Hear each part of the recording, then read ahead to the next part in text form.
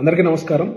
జాతీయ సమైక్యత కోసం సేన ప్రస్థానం అని జనసేన పార్టీ ఆధ్వర్యంలో శ్రీ పవన్ కళ్యాణ్ గారి నాయకత్వంలో ఢిల్లీ వేదికగా 2 రోజులుగా సమావేశాలు జరుగుతున్న ఈ సందర్భంలో గతంలో 2024 ఎలక్షన్ రిజల్ట్స్ వచ్చిన తర్వాత నేను ఢిల్లీలో ఉన్నప్పుడు ఒక క్యాబ్ డ్రైవర్ సోదరుడికి నాకు మధ్య జరిగిన ఒక సంభాషణ మీ అందరితో పంచుకోవాలని అనుకుంటా ఉన్నాను.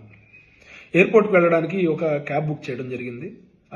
క్యాబ్లో కూర్చున్న తర్వాత ఆ డ్రైవర్ సోదరుడితో అతను ఒక కాన్వర్సేషన్ స్టార్ట్ చేసి మీరు ఏం చేస్తారు సార్ అని అడిగినప్పుడు మాది ఇట్లా ఆంధ్రప్రదేశ్, అక్కడ జనసేన పార్టీ కోసం జనసేన పార్టీలో మేము పనిచేస్తాను ఇట్లా అని చెప్పినప్పుడు అతను పెద్దగా రెస్పాండ్ అవ్వలేదు. అంటే ఏంటి మీకు జనసేన పార్టీ వినలేదా ఎప్పుడు అన్నాను. అంటే జనసేన పార్టీ తెలియదు సార్ అన్నాడు. సరే మీకు పవన్ కళ్యాణ్ గారు తెలుసా అని అడిగాను. అయ్యో పవన్ కళ్యాణ్ గారు మాకెందుకు తెలియదు, మొన్న నరేంద్ర మోదీ గారు కూడా పార్లమెంట్లో ఆందీ అని పిలిచారు కదా, మొన్న ప్రమాణ స్వీకారం అప్పుడు కూడా మోదీ గారు ఆయన బ్రదర్ని పవన్ కళ్యాణ్ గారిని దగ్గరికి తీసుకుని ఈవెంట్ కూడా మేమందరం టీవీలో చూసామండి, పవన్ కళ్యాణ్ గారు మాకు చాలా బాగా తెలుసు ఆయన అని చెప్పిన తర్వాత నాలో ఒక రకమైన స్తబ్దత మరియు ఒక రకమైన హ్యాపీనెస్. స్తబ్దత ఎందుకంటే జనసేన పార్టీ ఇంకా జాతీయ స్థాయిలో తెలియాల్సి ఉంది. ఆనందం ఎందుకంటే పవన్ కళ్యాణ్ గారు ప్రమాణ స్వీకారం చేసిన రోజున మేమెంత భావోద్వేగానికి లోనయ్యామో, మేమెంత ఆనందపడ్డామో దేశవ్యాప్తంగా ఆ రోజున ఈవెంట్ను చూసి మాలాగే చాలా మంది ఆనందపడ్డారని చెప్పి నేను చాలా సంతోషించాను. ఆ రోజున ఒక బలమైన కోరికని నేను మనసులో అనుకోవటం జరిగింది.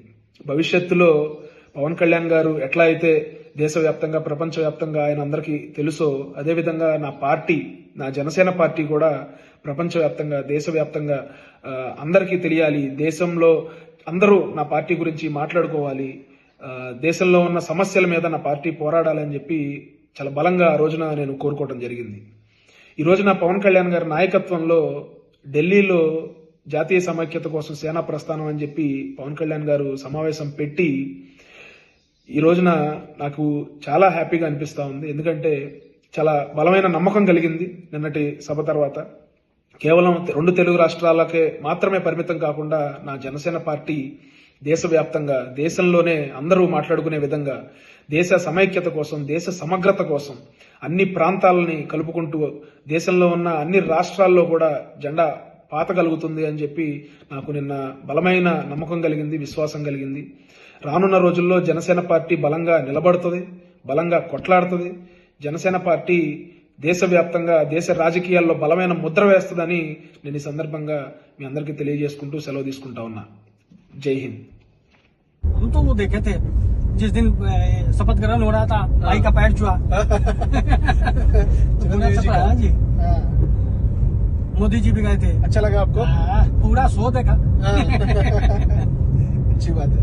उस मोटा माला आप थे रोज वहाँ पे? हम थे। बहुत बढ़िया लगा। मैंने तो पूरा शो देखा। बहुत सेरेमनी पूरा देखा।